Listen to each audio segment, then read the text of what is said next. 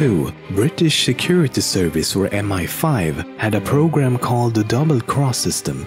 It was a counter-espionage system that relied on spies and double agents to spread disinformation.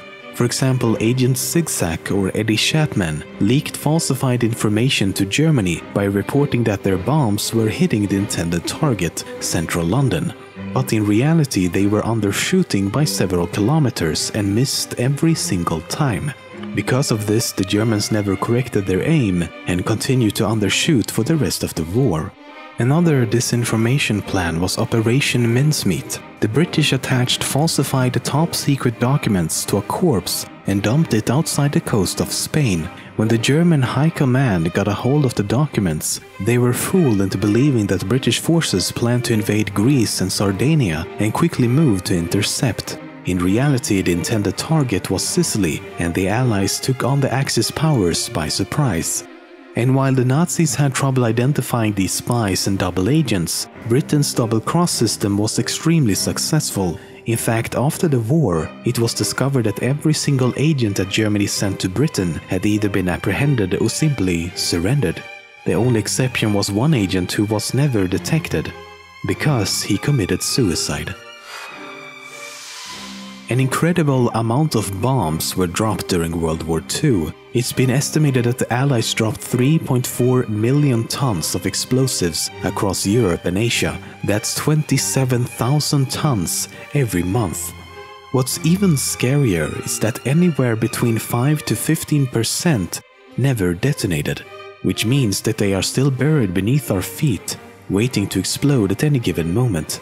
In Germany alone, over 5,500 bombs are discovered every year. During the final months of the war, the horrifying Japanese unit called Unit 731 planned for a long-distance biological attack on the United States. The attack had no military value but was seen as a final attempt to dissuade the US from invading the Japanese mainland. They called it Operation Cherry Blossoms at Night. 5 submarines were to be sent across the Pacific Ocean, each carrying 3 aircrafts loaded with plague-infected fleas. The submarines would then surface near the coast of San Diego and launch several kamikaze attacks on the city. The plague would in turn infect people in the area and slowly kill off the population. The operation was to be carried out on September 22, 1945. However, because the US used an equally devastating weapon, the atomic bomb, only a month before, Operation Cherry Blossoms at Night never took place. At the end of the war, Japan and Russia never signed a formal peace treaty ending hostilities, so between them, World War II is technically still ongoing. The word Nazi originates from the German word Nationalsozialist. However, when Hitler became the leader of the group in 1920, the original abbreviation for the National Socialist Party was NASUS or simply NSDAP. But the word Nazi also derives from a Bavarian word meaning simple-minded or a foolish person. It's believed that this led opposers to instead favor the term Nazi, and the word eventually made its way back to Germany as well.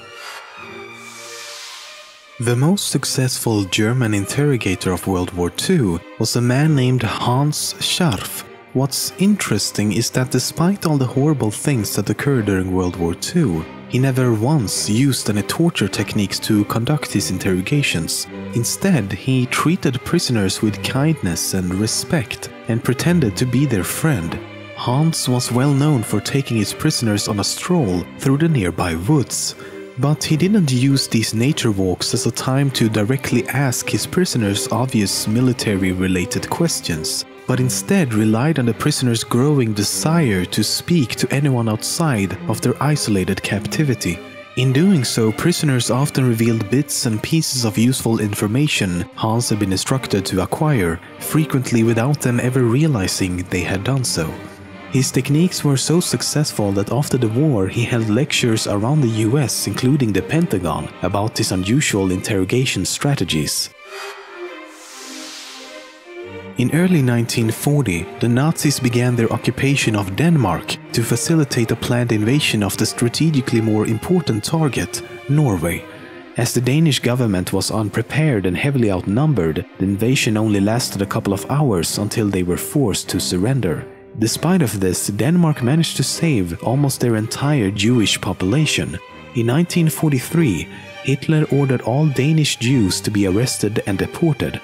When the Danish resistance movement heard of this, they managed to secretly evacuate 7,220 of Denmark's 7,800 Jews to nearby neutral Sweden. During World War II, it was difficult for the Coca-Cola company in Germany to import the necessary syrup they needed to make Coca-Cola. To circumvent this, the head of Coca-Cola decided to create a new product for the German market using only ingredients available at the time.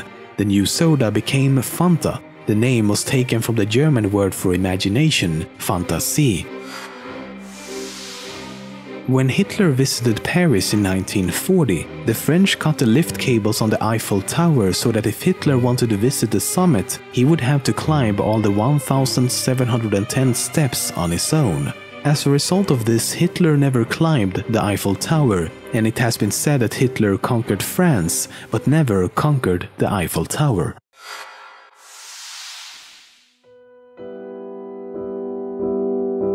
Freedom came to people of half a dozen nations, and with freedom, controversy and problems to be solved with their own free hands.